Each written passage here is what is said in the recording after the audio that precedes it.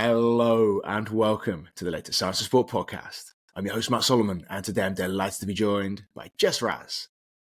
So Jess has worked at all levels of the game with athletes from the NBA, the WNBA, NBA G League, and the NCAA collegiate level. So who better today to discuss how you can improve your on-court basketball performance than Jess? So without further ado, it's time to welcome her onto the show. So Jess, welcome to the Science of Sport podcast. It's a pleasure to have you here. I'm humbled and honored to be here. Thanks for having me. Thank you for joining us. So can you just a quick introduction as to who you are and what you've been up to until now? Yeah, my name is Jess Racz. I'm a basketball performance development coach. That's kind of how I categorize myself because I'm just involved in all aspects of athletes, performance, and injury mitigation and nutrition, and sometimes they're therapists. And I help them with a lot of different things. So I don't like to just categorize myself as just a strength and conditioning coach.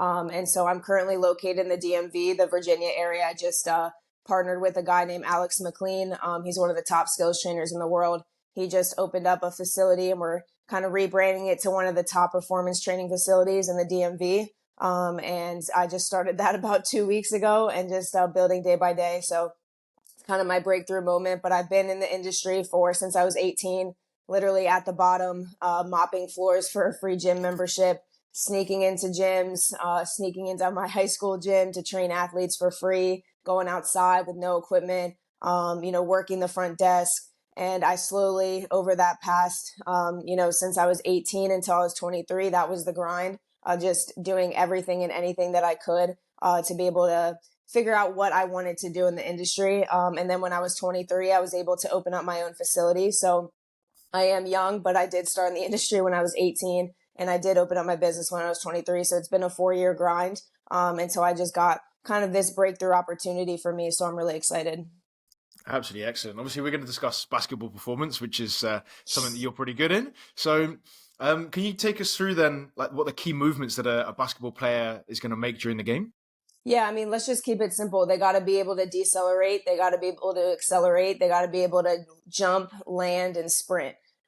Really all different movements that a lot of different athletes have to do, but they have to do it within shorter surface areas compared to, American football or soccer. And so those are really the key movements. And we operate in what I call this 8-vector system. I didn't come up with it, but I really have a huge philosophy behind the vectors. I mean, it's change of direction, change of vectors. It's not just moving. Change of direction isn't just side to side. It's up and down. It's rotational to vertical. It's lateral to rotation. Like there's different vectors that we operate in. And so I really follow that philosophy. And then we operate along those vectors, but also those 3 planes of motion. So frontal transverse is primarily dominant in basketball. But we see in the weight room a lot of sagittal-based work. I still do a lot of sagittal-based work, but I make sure that the frontal and the transverse plane is really dominant. And also fascial lines, that could be a whole other conversation, but I'm really big into the fascial system. Todd Wright is someone that I really look up to with that. And I've learned a lot from him. And then we need all these physiological and neurological properties to be successful on the court. So even though the moves are simple, or sometimes they're very complex, when we really break it down, there's certain checklists that we need for an athlete to be successful on the court. And what would a checklist like that look like then? So what are you looking for when you see someone like that, they come in for maybe for the first time and you've got your checklist? What's on the checklist? What are you looking for? Yeah. I mean, can they operate in 3 planes of motion? I have some certain progressions and tests that I need. I mean, I follow this pyramid that I've made. You start with your foundational based movements. I'm really big in filling the buckets that aren't being filled on the court because these athletes have to specialize now at a younger and younger age because it's so competitive. Especially now we have this thing called the transfer portal. It's hard for high schoolers and JUCO players, community college players, and even college athletes to continue to progress to the level that they want to progress to. And so performance training, nutrition, injury mitigation, being available to play becomes your competitive edge. And so when an athlete comes in, do they have mobility and stability and positional awareness and confidence in these 8 vectors, whether it's, balance, whether it's a lunge, whether it's, hops and things like that. So again, operating in this 8 vector, it's basically like you're standing in the middle of a clock and you're just working around into these like anterior, right anterior, all the way across. And so that's definitely something that I focus on first. And then, do we have the tissue resiliency to accept eccentric braking forces? So I'm really big about building the brakes. Can they, decelerate? Can they stop before we go? Can we decrease, that amortization time that they spend on the ground? Because they have to be able to do these moves in 0.1 to 0.4 seconds. So I just kind of work my way up, just like you would build strength. You start with that base, set the base, fill in the buckets that aren't being filled, and then build capacity with some extensive plyos, things, strength work, coordination, locomotive type work. And then you build the brakes, and then you increase that rate of force development. And it's not all like vertical integration. I will still include going back to the setting the platform and the brakes as we move through the off season into in season, et cetera. But I really follow that pyramid and that structure. And that's really helped a lot. Absolutely excellent. You touched on a couple of physical qualities there. So obviously there's lots of different movements that you've just mentioned in different vectors, but what are the physical qualities which then underpin those movements? Because it's great that you can move really well without any load or without any speed, but obviously they're going to need to do it quickly. So what kind of physical qualities are necessary? Yeah, I'm really big about those neurological properties. I think that's missed in the performance training industry, is we focus so much on load and so much on strength and tissue resiliency, and that's really important. But I'm really big about those neurological properties. So elite movers, a Steph Curry, a Caitlin Clark, they have incredible movement literacy, incredible locomotive pattern stability. They have this thing called movement bandwidth, so just their movement capability. And they just have a high level of nervous system development. And so they're categorized as a good mover.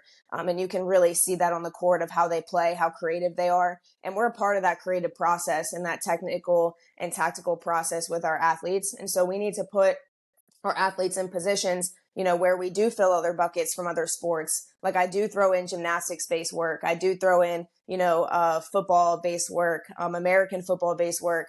I throw in all these different things so that I'm continuing to elevate an athlete's overall movement bandwidth, kind of that base, but I'm, building the width so that I can have the tallest pyramid possible. So that's definitely something that I focus on. Yes, I do load. I make sure that they're confident and they have length and strength and all these different positions that they're going to get into. But I really focus on this locomotive, movement literacy, and neurological property. So with that in mind, then, how do you look to start to train those things? Because it sounds great. All right, let's say you've got someone who's strong, for example, but doesn't move well. It sounds really easy that just get a world class athlete and they move really well. Like obviously it doesn't work like that. So how do you start to train those things? I think the quality of a really good coach is someone that can take someone that is a terrible mover and makes them a great mover. Someone that goes from unseen to seen. And that's something that I really pride myself on. You can, like you said, take the best athlete in the world and make them better, but can you take a bad mover or someone that is considered a bad mover and make them a great mover? It's really just what I prioritize in the weight room. So if I know this athlete has a lot of strength, we will still dose it. But 75% of my programming is going to be based on the needs and the priorities that they need as an athlete. It is context specific, what's their age, what's their training age, where are they at in their process? Also, what's their style of play and position? What's the coach's feedback? I'm dealing with a lot of different competing stimuli with people. So it's like I'm having to communicate with a lot of different people. Maybe at the college level, it's a little bit easier, but you really have to go through this, like everyone that's involved with this athlete and, what do they need? How do they compare across the roster? How do they compare across their goal population of where they want to go? I think that's really important. That context is really important with your programming of how I program, but generally, if they have a lot of strength, we're still going to maintain that strength. It is really important, but I want them to be able to prioritize movement. And so that's, putting them through, I go through this like prep and move phase. And so this is, again, filling things, buckets that aren't being filled. And then I go into a prime phase. Maybe this is our like locomotive base pattern, maybe some creative ladder drills or creative multi-directional movement where they really have to think outside the box, where we're getting this brain foot connection where maybe they're messing up a little bit. I'm okay with that. Everything doesn't have to be perfect because sport is chaotic and unpredictable and not perfect. And so then you go into, I call it a go, execute, explode, like block.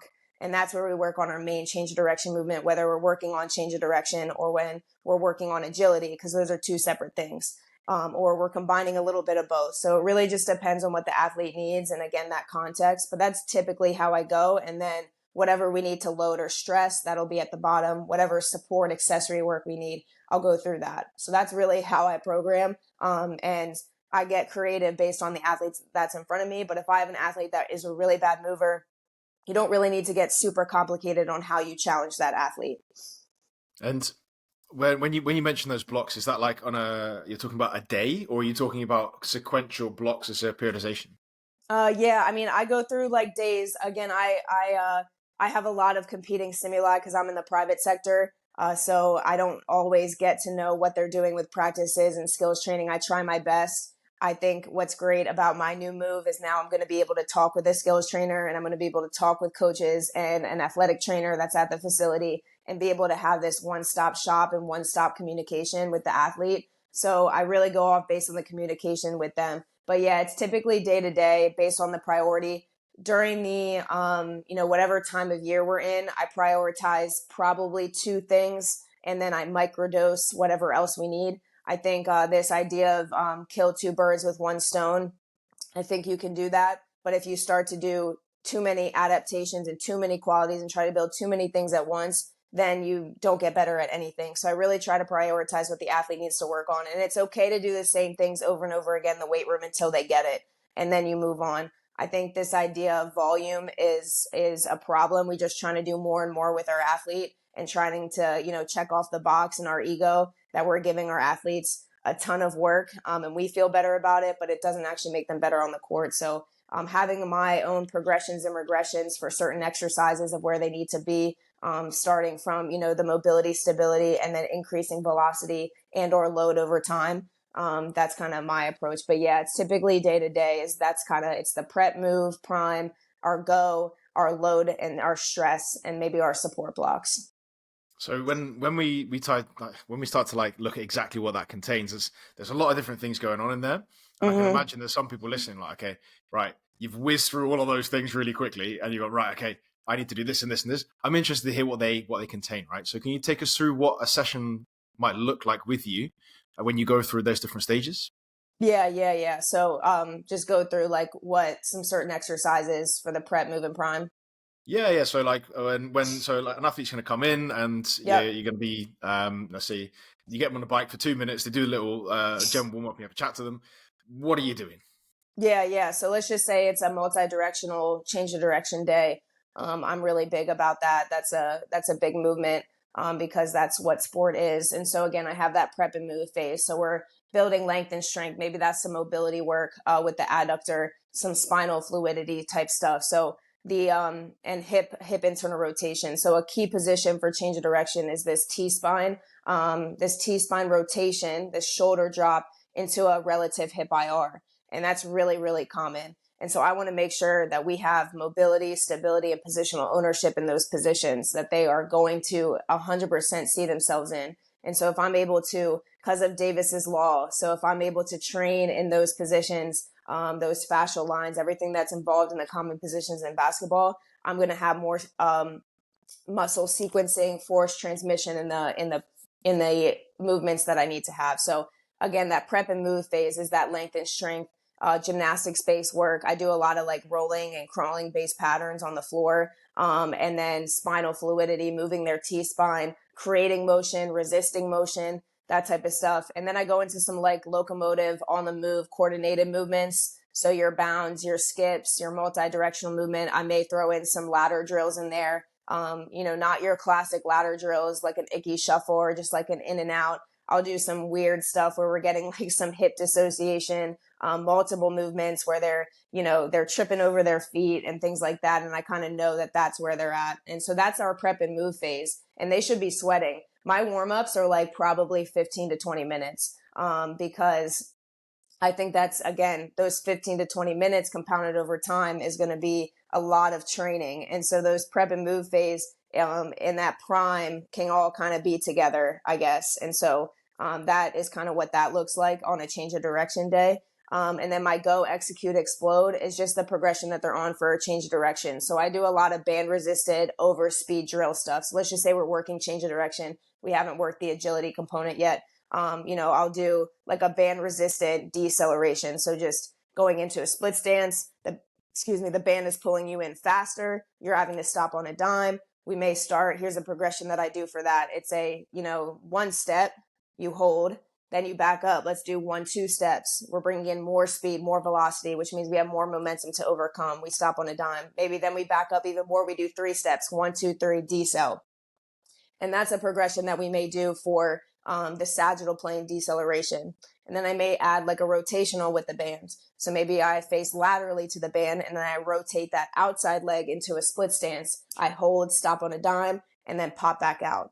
And so those are different things. I'm, the go, execute, explode, I'm hitting a sagittal base, change of direction or agility. I'm hitting a frontal plane and I'm hitting a rotational plane. So it's this 3D movement I always include in my change of direction days. So your prep, move, and prime maybe is at lower intensities, maybe some extensive plyos, some low amplitude plyos, but then our go, execute, and explode phase, that's maybe our, more intensive plyometrics, and then I go into some load and stress. So maybe that's some frontal plane work. Let's just stick to a side lunge. That's a main movement that athletes need to be able to get into. Frontal plane really isn't dosed a lot. So side lunge could be my main movement. And however I want to load that, I'll go into that. And then I always, with the load and stress, I may superset that with some sort of core exercise, maybe anti-rotation, anti-lateral flexion exercise. Because again, that trunk control is really important for movers. We don't want that trunk to sway too far over left and right when I stop on a dime.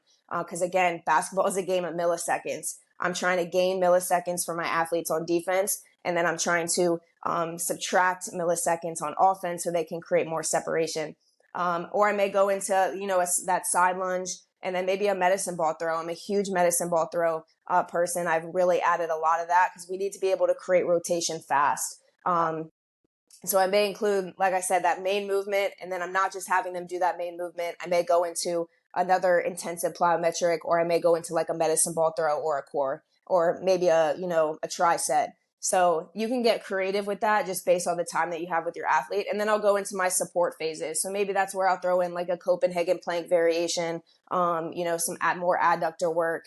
I may throw in some more like hamstring work, depending on the day that we have. I just want to make sure by the end of the week that I've hit everything. I've hit a hinge. I've hit, a lunge. I've hit a bridge.